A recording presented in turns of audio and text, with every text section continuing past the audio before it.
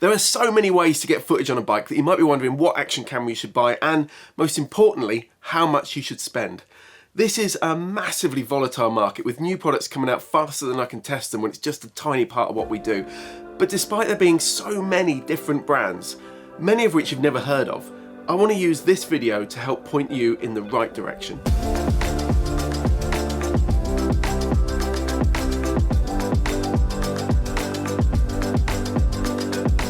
And let's get straight into this, as there's no sponsorship here and no affiliate links. This isn't about the one camera to beat them all. It's about what you should expect from the different kit out there and why some of it might not be right for you.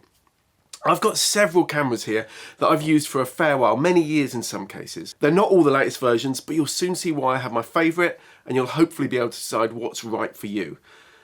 Now, representing the budget market is this Akaso Brave 7.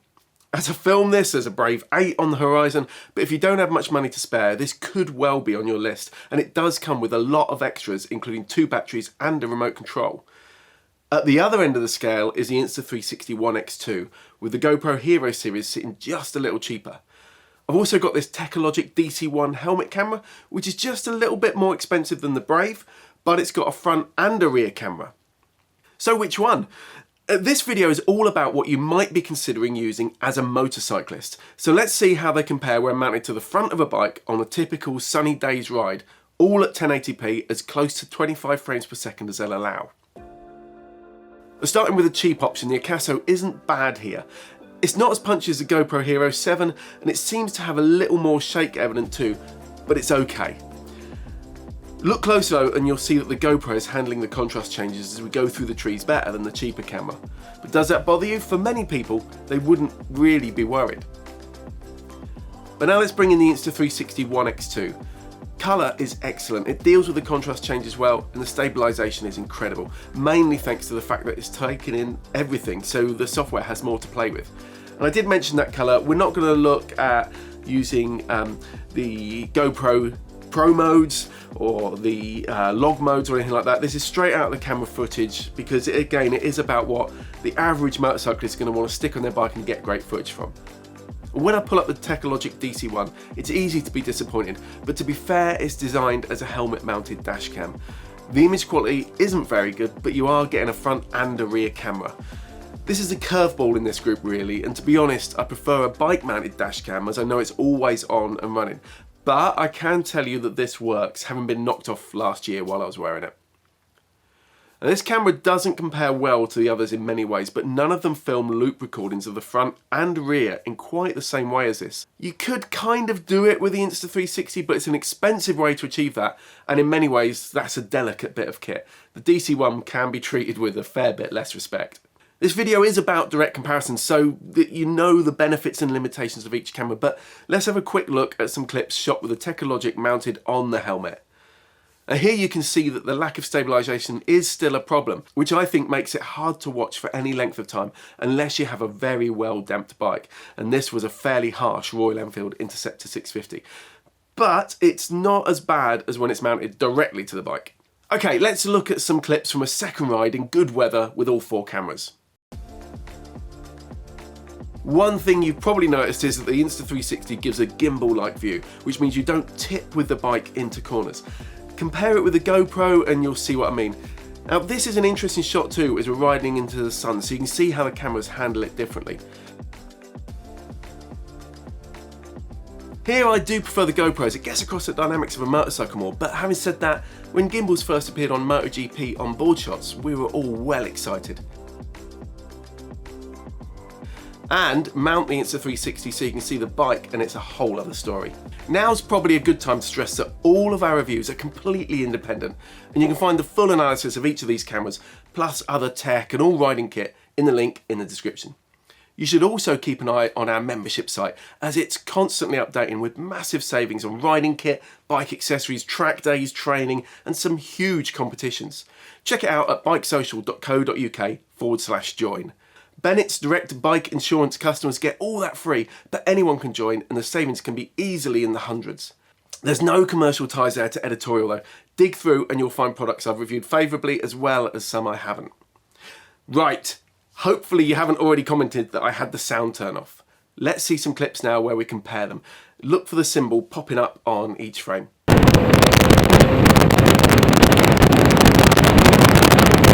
Yeah, the Akaso is truly awful. It just can't cope with the wind noise. All the cameras were mounted on the front of the bike, so they're directly in the wind blast. And I wouldn't expect much, and I rarely use the audio from an action camera when I'm riding, but still, this is bad.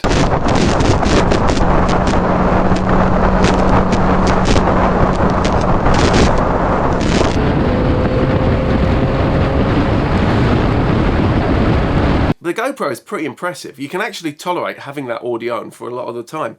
I was surprised how well this did. Remember too that this is a 7, not a 10. To be honest, I've no idea how good the 10 is, as I can't afford to buy one right now, and GoPro hasn't ever been interested in us testing their kit. When I say our reviews are honest, do remember that while, of course, like many YouTubers and journalists, we do have review kits sent to us, but I'll never be influenced by whether it was sent free of charge or I bought it. Equally, if the PR of a company hates me, but they make a great product, it'll have the same review regardless. And we don't need to get stuff to create content. Luckily, I've been in this industry for over 20 years, so most marketing bosses know me and have the attitude that they have to take the rough reviews with the smooth. But if we do fall out with someone, then that's their loss, not ours. I'm paid a salary to make content that promotes the Bennetts and bike social brands, so I don't need to be in anyone's pocket. So anyway, yes, in this review so far, the GoPro is really pretty impressive. And yes, I am aware of the potential problems with overheating or glitching or things like that. My GoPro Hero 7 did glitch at first, and actually I was very impressed with the support I got when I contacted GoPro Direct. They suggested doing a full manual reset, which is where you update the firmware using the SD card, not over the air, and it cured it. The support was good. There's a lot of people using those products. It can be very click-worthy when you can keep highlighting problems. Again, I haven't used a 10, so I can't comment on whether that overheating really is an issue, but I have seen some good videos that properly explain it. I'll link one in the description.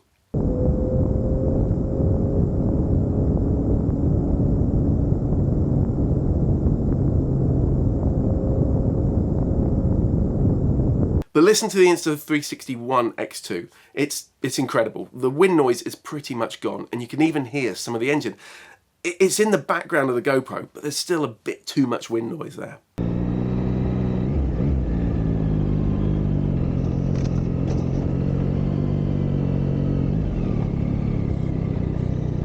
Let's look at night shots now. Here the Akaso and GoPro are both pretty poor, but the DC-1, which is of course more of a helmet mounted dash cam, is noticeably superior.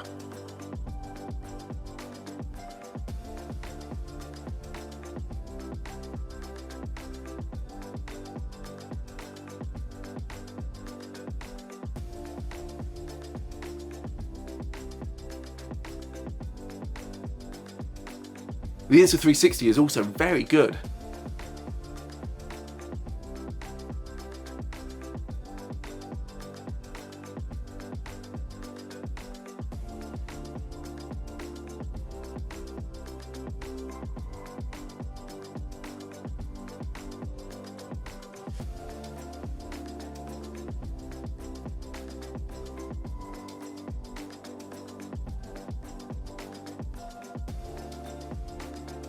And look at this as we go from light to dark running under the trees. This seems to fox Insta360 stabilisation to some extent. The Akaso looks quite soft, but the GoPro does a pretty good job. Ignore the shaking that won't be as bad when helmet mounted, and the fact that it doesn't really look like 1080, and the DC-1 does a good job of exposing. Again, that focus on acting as a dash cam really seems to make quite a difference to the processing that has been opted for here.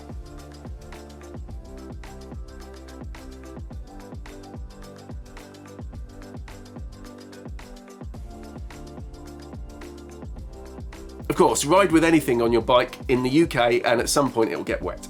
These are all claimed to be water resistant, but the Akaso did let me down. I don't know if it was the driving rain, the hose test, or the submersion in 10 centimetres of water that caused it, but water got in and made it stop working. Claimed to be IPX8 rated, none of those conditions should have been a problem really, and it dried out in a bag of rice in the aiming cupboard, but there was clearly water inside it. I definitely wouldn't want to swim with this. The Techalogic can't be submerged, but I've had no problems with rain getting past the silicone flaps. To be honest, if it's on your helmet and it ends up underwater, you've probably got more things to worry about than the DC-1. Right, back to some more audio, and this time it's a test of the mics for picking up speech. And there's wind cutting across the cameras in gusts, and you can hear that the Akaso sounds awful. It's a windy day today. I've pulled up at the side of the road so the wind's cutting across these cameras. It's not ridiculous. You know, I could easily hold a conversation with somebody, but it'll be interesting to see how these internal mics work. The Techalogic isn't great, but that's also not helped by the fact that it's out of sync. It's a windy day today. I've pulled up at the side of the road so the wind's cutting across these cameras. It's not ridiculous.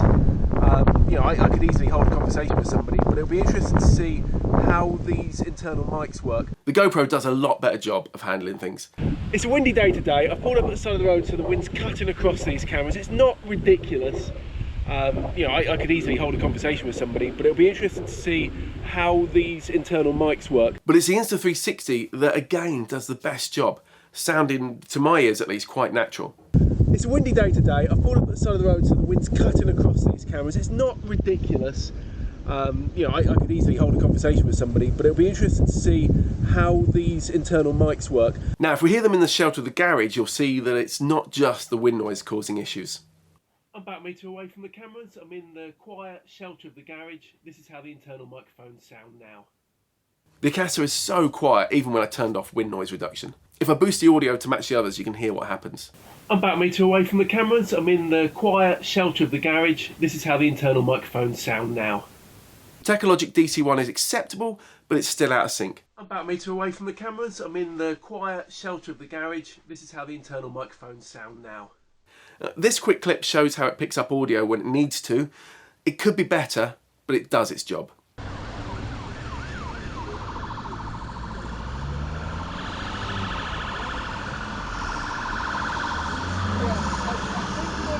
I got hit in the just in front of the armpit with the bars. They kind of hit into me. I feel like I'm standing up. Funny how adrenaline mask stuff turned out I had 2 broken ribs and a punctured lung when I was talking there. I'm about a metre away from the cameras. I'm in the quiet shelter of the garage. This is how the internal microphones sound now. I'm about a metre away from the cameras. I'm in the quiet shelter of the garage. This is how the internal microphones sound now. The Insta360 and GoPro are great in the garage, though I think the GoPro maybe has a slight edge as it sounds a little less processed to me. All of these, bar the Techalogic, can accept an external microphone. I don't have the adapter for the GoPro, but we know that works as every YouTuber and his mum has one stuck to the front of their helmet with a mic shoved up inside. Using the £9.99 USB-C lavalier mic from Akaso makes a big difference to that camera, as you can hear in this clip. This time I'm using the lav mic from Akaso, which is £9.99 on Amazon, so it's cheap. It's a USB one, so you can't just plug any mic into here. You can see it here. The audio is pretty bad on this camera. Let's hope this makes it better. An adapter to use a standard 3.5mm lav mic with the Insta360 is available for £20.99, but you'll have to supply your own microphone. I tried it with an offensively expensive Rode mic, so have a listen. So this is the One X2 with the mic adapter and a lav mic. It doesn't come with a lav mic. This is a horrifically expensive Rode lav mic. Maybe a bit unfair, but it gives you an idea of how this sounds with this adapter in. I'm impressed with the audio anyway, without the adapter. But of course here I've got a,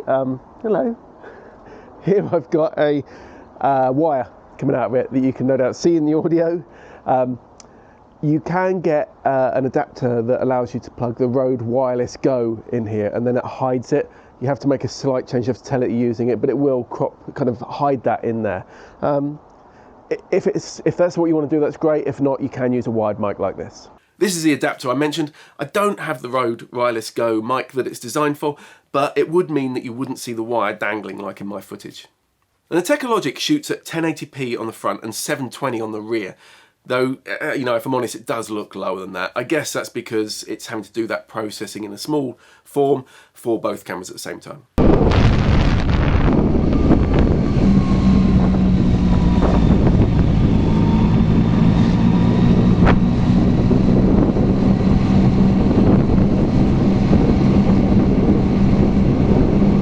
The Insta360 is the best on paper at 5.7K, but that's when it's taking in a 360-degree view.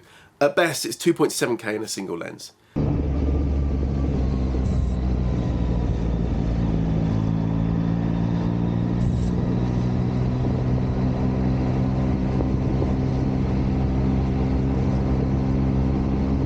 The Akaso and GoPro can both shoot in 4K, so here are some samples.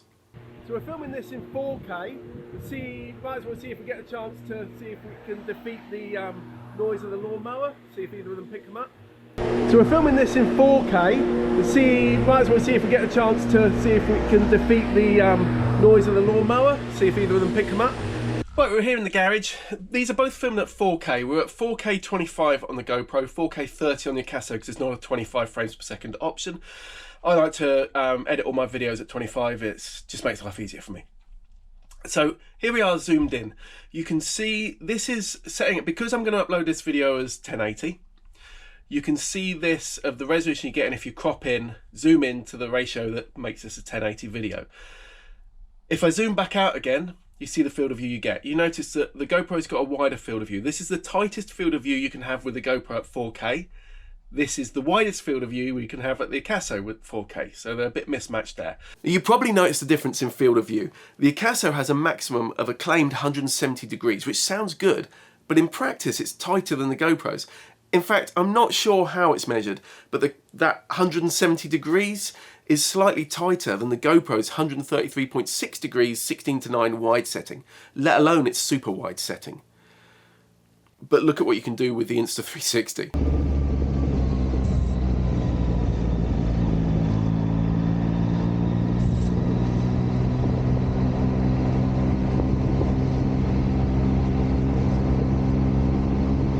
You can zoom in and out, but be careful of going too far in and end up losing clarity.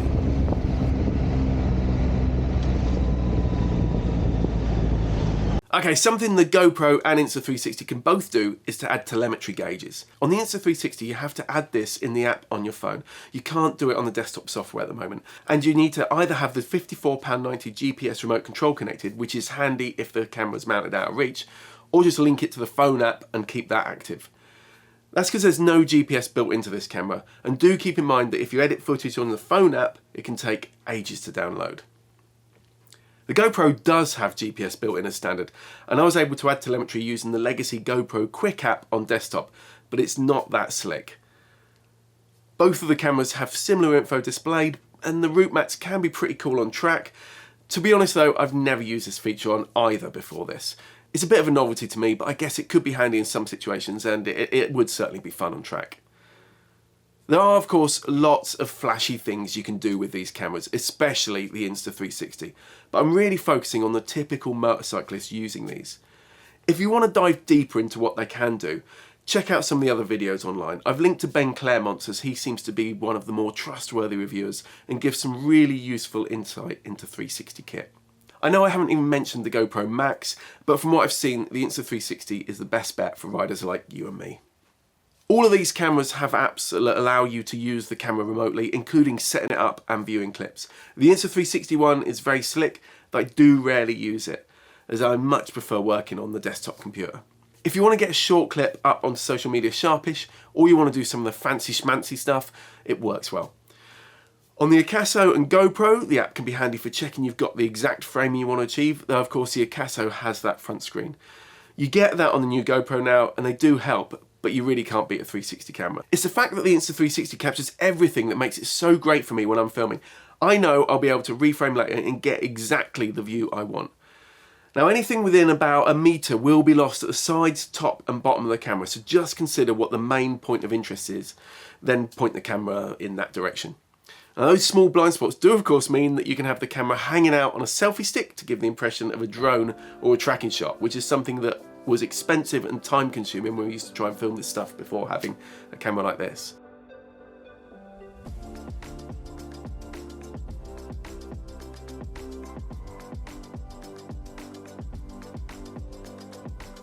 And the Insta360 One X2 has a 1/4 inch socket in the base, but you can soon pop a GoPro adapter in there.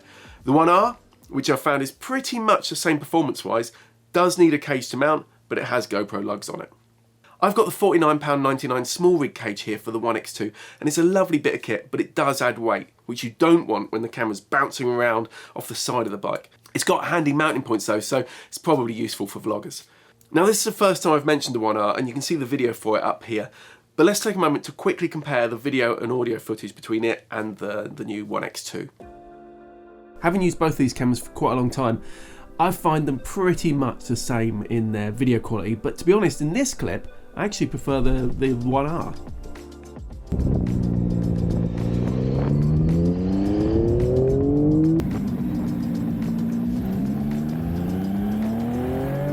Now the One R has the advantage of interchangeable lens units, but as I have a GoPro, I never took advantage of it. The main thing is that if you damage a 360 lens, and they're vulnerable on all 360 cameras, it's cheaper to buy a new lens module for the One R than replace the whole One X2. But the form of the One X2 is so much better for a rider. The camera tucks out of the way easily, you don't lose quite as much at the sides, it's lighter, and it's much easier to press the record button with gloves on. Both have one-touch recording now, so it can be left off, and you just hit record and it starts, then press it again and it stops and shuts down. Thing is, that's a lot easier with gloves on when using the One X2, as the cage on the One R tends to get in the way. The GoPro of course has one-touch record, but the Akaso has to be turned on by pressing and holding the button, then press it again to start recording, press it again to stop, then press and hold to turn it off. Oh, and it's really easy to knock the back screen into changing modes and not realising, which can be frustrating, and I have lost footage that I recorded for this. I love one touch record as it means the camera's only powered up when I'm using it. That means I can shoot everything I need for a 3-bike test over an entire day with just one battery on the Insta360. The battery lasts 1 hour and 28 minutes recording, which is better than the One R's 58 minutes, though to be honest, even that was enough. I've had 3 hours 16 minutes out of the DC-1, though that is meant to be left on all the time, and 1 hour 41 minutes out of the Akaso. Note that the DC-1's battery isn't replaceable. Now, I've gone into more detail of the battery durations and battery lives in the written reviews where I've tested them at 4K and everything like that, so if you want to know more, do check that out. The battery in my GoPro Hero 7 has had a hell of a lot of use, but that still manages 2 hours 41 minutes. Back to mounting options though, and there is a motorcycle kit available for the Insta360, which I tested. It's compatible with GoPro mounts, but as I had most of the mounts already, it was only the clamp arm that I found useful as I could mount it quickly to the bars. Trouble is, after 2 months, the thread stripped.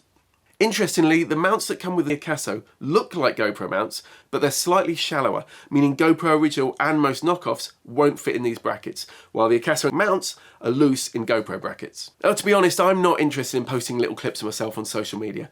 I use cameras to create footage that I use in larger videos. Of course, with the GoPro and Akaso, that just means copying the files off the micro SD card and putting them into my editing software. Now, I use Premiere Pro, but there are plenty of other options, many of them free, and depend on whether you're using a Mac or a PC, of course. And the DC-1 is designed for loop recording, so it films clips of 3 minutes each. Piecing these together is far from ideal.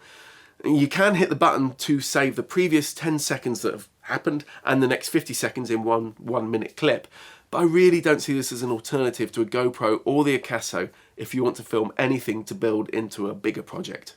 On the other hand, if you use it as an always on camera, you do know you'll capture those unmissable moments. And you know, we've all had that time when you think, if only I'd turned the GoPro on just before that happened. Again, it depends what you want from these cameras. So that is the idea of this video, is to kind of give you that feeling of knowing that is what I want to do. So I'm going to look at cameras in that category. Now the Insta360 is a different matter. You need to select your viewpoint and export the footage before you can build it into a project. Fortunately, the desktop app has become very refined, so that really is pretty painless. And it's quicker to export 2 different views from one piece of footage than it is to ride that section twice. That's what I absolutely love about the Insta360. I can mount the camera and ride a section of road just once, yet pull from that one clip a shot looking back at me, another looking at the rider in front, and even one of the rider at my side. Or the view, or even capture a low-flying jet.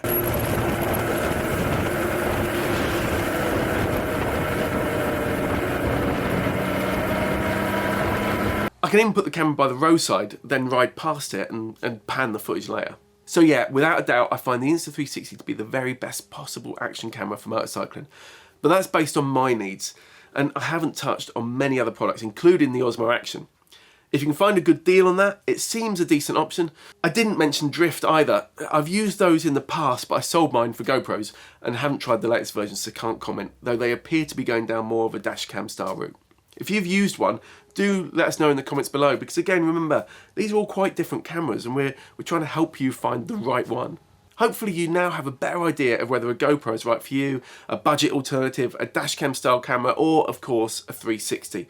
And if everybody wants to comment in there, let's turn this into a bit of a forum explaining the differences in what you've used and why you like or dislike them. All of these cameras have in-depth reviews on Bike Social, so do check them out. There are links in the description and they'll give you far more detail than what I can fit into this video. And whatever you're planning on buying for your bike, or even if you want a discounted holiday, some training or track days, make sure you check out the offers on our membership page at bikesocial.co.uk/join before you spend any money, as we could save you a fortune.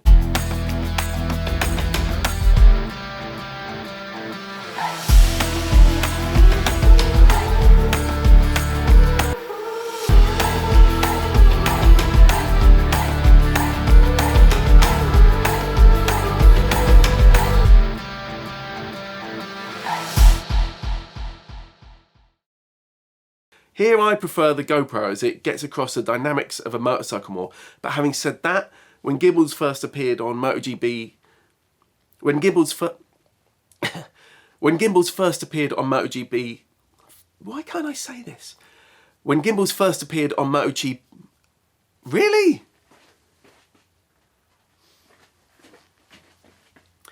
Here I prefer the GoPro as it gets across the dynamics of a motorcycle more. But having said that, when gimbals first appeared on MotoGP on board... Oh!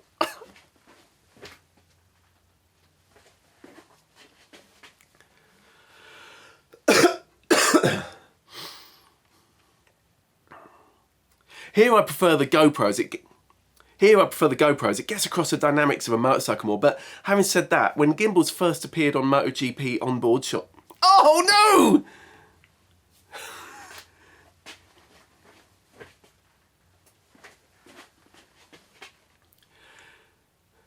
Here I prefer the GoPro as it gets across the dynamics of a motorcycle more, but having said that, when gimbals first appeared on MotoGP, onboard shots were all well...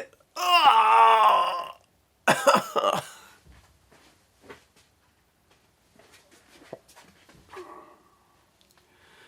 Here I prefer the GoPro as it gets across the dynamics of a motorcycle more, but having said that, when gimbals first appeared on MotoGP onboard shots, we were all well excited. And mount the Insta360 so you can see the bike, and it's a whole other story. And mount the Insta360 so you can see the bike. I'm gonna have to do it again.